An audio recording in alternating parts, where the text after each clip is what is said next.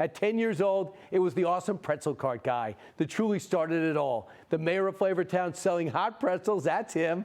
Soft pretzels, I should add, dipped in salt and served with mustard for just 50 cents. A far cry from where we are today, where that pretzel guy could be selling for as much as $5. The cost of groceries, think about it alone, are taking a huge toll on already struggling Americans. On average, Americans are now paying more than $1,000 a month for groceries. That according to a new study by Help Advisor. Joining us now, chef, restaurateur, and the host of Tournament of Champions, Guy Fieri. Guy, great to see you. Thanks so much for joining me. What did you think when you saw that kid selling pretzels in that still shot? I'll tell you, it feels like it was yesterday and it feels like it never happened. I was such a pretzel junkie when I was a kid, and in Northern California, back in the early 80s, nobody knew what a soft pretzel was. You had to have been from New York or Philly to get that. But I brought that into our little town of Ferndale up in Northern California, and not everybody got it. But once they did, I had a good customer base. Hey, Guy, you hang out with celebrities, but your blue-collar roots. What do you think about when we look at inflation and you hear about people going shopping and suddenly the dollar's not stretching, they're not getting as much for their money? They're really feeling it. This is the first time we've had consistent inflation for 20 years. Are you hearing about it? I'm hearing about it. I'm seeing it, and more so in the industry.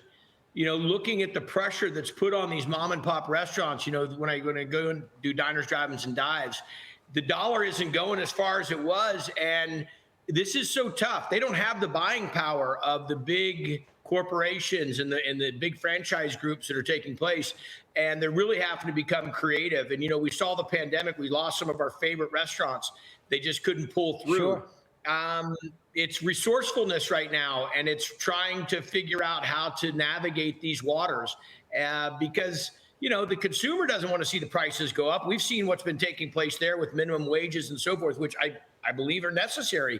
But it's where does it stop, and who's going to pay that price? Because the margins in restaurants, even successful ones, are so tiny. You got to watch every single dollar. Just because that place is packed, it doesn't mean it's making money, and you live that every day. Meanwhile, I got to talk to you about where you're living now in California. As beautiful, scenic, and diverse as anywhere in the country, but it's putting people who live there under stress, from the new rules to the taxes. Listen to former Californian Joe Rogan. Well, I used to be a part of the blue bubble.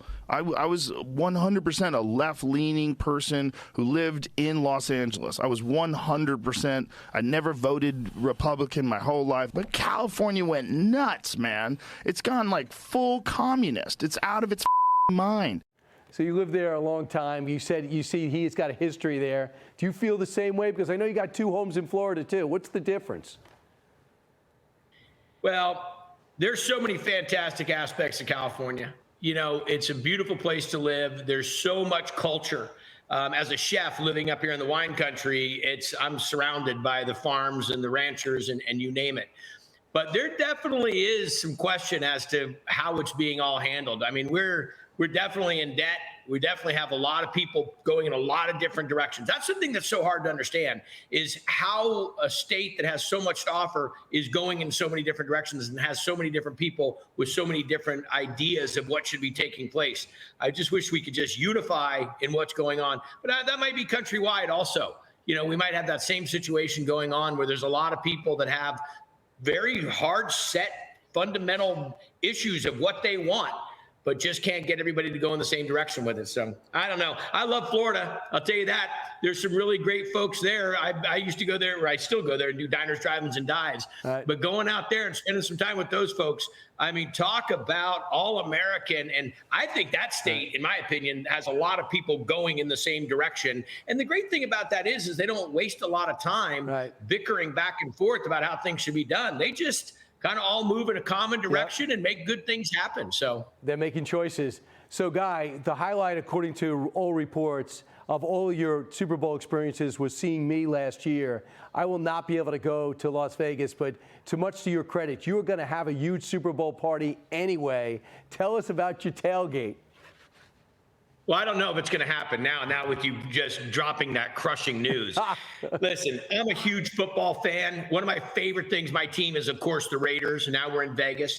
But going to a football game, one of the best parts about it was going to the tailgate. Yeah. Because the ticket gets you into the game. You're there for 3 hours. You go home. You can't spend that much money for just 3 hours. You need to have a full day's experience. So that's why tailgating was so fun. Well, if you've been to the Super Bowl, you know there's no such thing as tailgating because parking is at a premium. My partners at Medium Rare, we set up this idea. Let's have a tailgate.